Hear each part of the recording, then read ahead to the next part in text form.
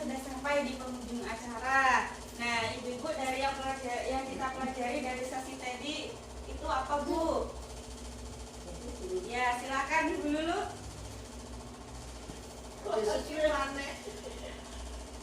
Ya, kita harus pintar mengelola keuangan, membedakan kebutuhan dan keinginan. Ya, betul sekali. Terima kasih Guru. Nah, jadi kita harus pintar mengelola keuangan keluarga, membedakan kebutuhan dan keinginan. Karena keinginan tersebut sebenarnya bisa ketika banyak kebutuhan, keinginan tersebut semuanya bisa dikurangi, ditunda atau bahkan dibatalkan. Nah, ibu-ibu kita nonton film dulu ya. Ibu-ibu, uang rumah tangga perlu dikelola agar pengeluaran bisa seimbang dengan pendapatan. Semakin terbatas pendapatan kita, semakin harus terampil kita mengelola uang rumah tangga.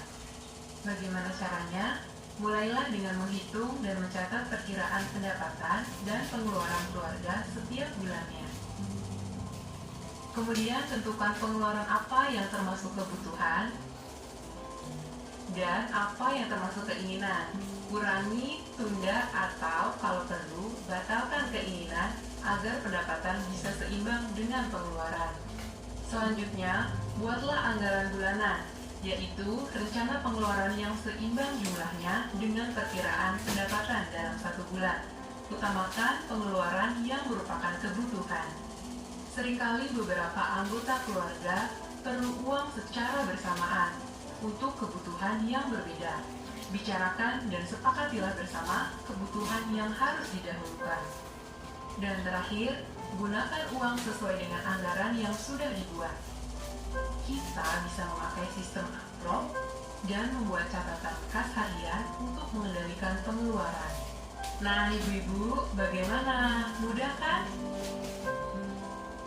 Nah, bagaimana ibu-ibu? Mudah kan cara mengelola keuangannya? Insyaallah. Nah, dari film tadi bisa kita lihat brosurnya ibu-ibu. Nah, tadi kan yang sudah kita pelajari, kita harus membedakan kebutuhan dan keinginan. Nah, bisa dilihat brosurnya ibu-ibu. Buka halaman 1. Ya. Nah, sesi hari ini kan kita belajar tentang cara mengatur penggunaan uang keluarga. Nah, untuk mengaturnya itu kita harus hitung jumlah pendapatan dan pengeluaran dalam satu bulan. Kita tulis semuanya, pemasukannya berapa, terus pengeluarannya berapa. Nah, upayakan pengeluaran seimbang dengan jumlah pendapatan, jadi tidak ada minus. Nah, caranya gimana? Yang pertama, bedakan pengeluaran untuk kebutuhan dan keinginan. Yang kedua adalah jika ada benar-benar keinginan itu sebenarnya bisa dikurangi, ditunda, atau bahkan dibatalkan. Jadi misalnya tadi ceritanya Agus pengen tas baru, sedangkan keuangannya Bu Lili belum cukup. Nah, tasnya bisa ditunda ya Bu ya. Nah, yang nomor 3, di halaman 3, sepakati bersama anggaran bulanan keluarga. Nah, biasanya keluarga kan terdiri dari beberapa anggota keluarga. Nah, kita sepakati kira-kira kebutuhan mana sih yang lebih urgent, kayak bayar listrik sama bayar sekolahnya Dewi. Bayar sekolahnya Dewi itu juga merupakan kebutuhan ya Bu yang harus dipenuhi. Iya. Tapi itu masih ada tempo 2 minggu ke depan. Sedangkan bayar listrik harus dibayar sekarang. Kalau nggak dibayar sekarang, nanti nggak ada listrik di rumahnya Ibu Lili. Nah, dengan begitu kan kita bisa tahu mana yang didahulukan ya Bu ya. Iya. Nah, yang keempat ini adalah kendalikan pengeluaran sesuai dengan anggaran yang dibuat. Jadi misalnya untuk belanja itu sudah dibuat 15.000 untuk belanja kebutuhan dapur. Nah, ternyata pas di pasar ada ikan ini, ada promo ini, ada promo ini. Nah, bisa beli budget sampai belanjanya sampai 30.000. Nah, itu akan menggonjang-ganjingkan keuangan keluarga. Nah, kendalikan pengeluaran ini bisa dengan sistem amplop ataupun dengan sistem catatan kas harian, tergantung pendapatannya ibu itu tiap bulan atau per hari. Lanjut Bu ya ke halaman 7, langsung ke halaman 7. Iya. 7 ini bisa kita lihat ya dari film tadi. Ada kebutuhan dan keinginan. Kalau kebutuhannya di sini di keluarga Pak Rusli dan Ibu Lili tadi adalah harus bayar listrik, beli susu anak, bayar arisan, dan lain sebagainya. Sedangkan keinginan yang bisa ditunda, contohnya uang jajannya Ibu Dewi, Mbak Dewi sama Agus itu sebenarnya bisa dikurangi ya Bu ya. Jadi misalnya jajannya 10.000 per hari, bisa dikurangi 3.000 jadi 7.000 per hari. Nah, tasnya Agus juga bisa ditunda, wes besok aja wes kalau misalnya sudah ada sisa, tasnya masih bagus dan lain sebagainya, oke? Nah, sekarang ibu-ibu buka buku pintarnya, ayo. Nah, di sini kita akan belajar cara membuat kas harian, oke? Nah, ini halaman 12 ya Bu ya. Di sini kita akan belajar cara latihan pendapatan dan pengeluaran per bulan. Nah, contohnya sekarang Ibu Uun. Nah, Ibu Uun sumber pemasukannya nih dari mana aja nih? Dari suami. Oh, enggak, dari suami berapa Bu? Ditulis, dibuat kira-kira aja. Ya. Perharinya dapat berapa Bu? Bulan. Oh, enggak, bulanannya berapa Bu? 500. 500.000. Kalau Ibu sendiri punya usaha atau mboten? Mboten berarti 500.000 nggih, dapatnya satu kali nggih, jumlah per bulan satu kali. Berarti total pemasukannya 500.000. Nah, untuk pengeluarannya Ibu apa aja Bu? Contohnya listrik ya Bu ya? Ya. Listrik berapa Bu? Listrik 30.000. Ya, listrik 30.000. Nah, Ibu bisa menyesuaikan dengan kondisi kondisi keuangan masing-masing keluarga ya Bu ya. Ini contohnya dari keluarga Ibu Uun, nggih. Terus apa lagi Bu? Sekolah anak. Nggih, sekolah anak. Keluarga sekolah anak. Keluarga listrik sekolah anak berapa Bu? 25. 25. Terus Ngaji.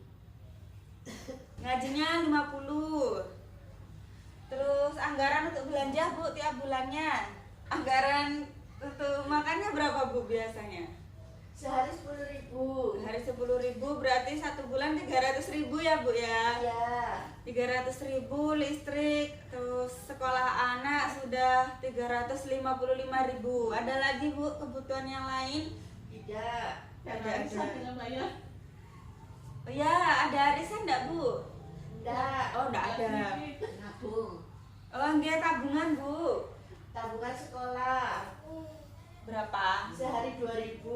Sehari 2.000, kalau 30 hari berarti 60.000 ya Bu ya. Ya. Tadi kan pengeluaran sudah 355 ditambah 60.000 berarti berapa Bu? 415.000. Nggih. Nggih. Sudah ada pengeluaran lagi mboten Bu? Buat biaya transport suami. Oh, nggih, transport suami untuk kerja niku nggih kebutuhan nggih. Kalau ada transportnya masa mau jalan kaki. Berapa Bu transportasinya? 50.000. 50.000 nggih. Tadi 415 tambah 50.000 berarti 465.000. Ya. Nah, berarti pemasukannya Ibu Uun, keluarga Ibu Uun di sini adalah 500.000, sedangkan pengeluarannya 465.000. Nah, berarti kan ada selisih pemasukan pengeluaran itu sekitar 35.000. Nah, sisanya ini bisa ditabung ya Bu ya untuk Iya. jaga-jaga ketika kondisi darurat ya Bu. Nah, keuangan keluarga Ibu ini sudah cukup bagus nggih? Nggih. Jadi tidak ada minus sehingga tidak tidak terjadi hutang atau nggih.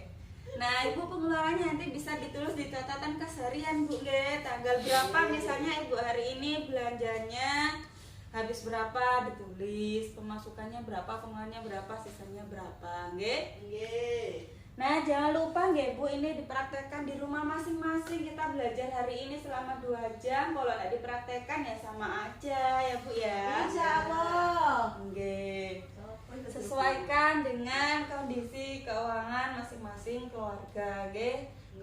katanya bulanan ya ditulis bulanan, kalau harian ya harian ya Bu. Ye. Nah, di sini ibu-ibu ada yang pernah berhutang buatan? Ada.